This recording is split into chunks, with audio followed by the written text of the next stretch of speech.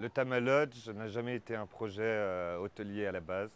C'est une aventure qu'a eu le propriétaire de ces lieux avec la rencontre avec un Sénégalais lorsqu'il est venu en vacances.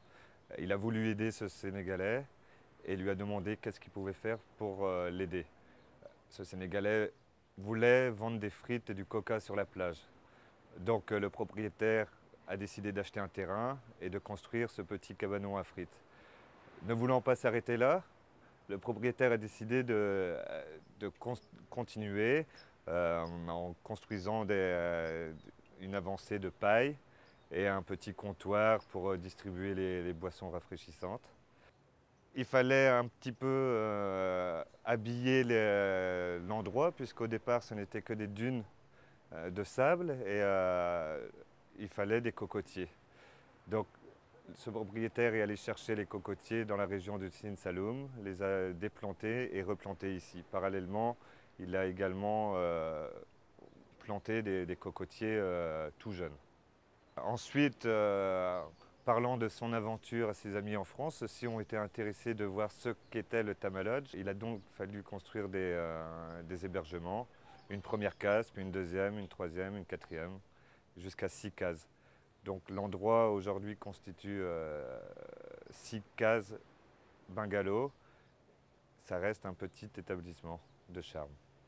Le propriétaire est en fait un passionné d'art africain. Et il a chiné un petit peu partout en Afrique de l'Ouest ses œuvres d'art. Ensuite, il a commencé à se faire connaître et les vendeurs d'art sont venus directement vers le Tama Lodge proposer leurs œuvres.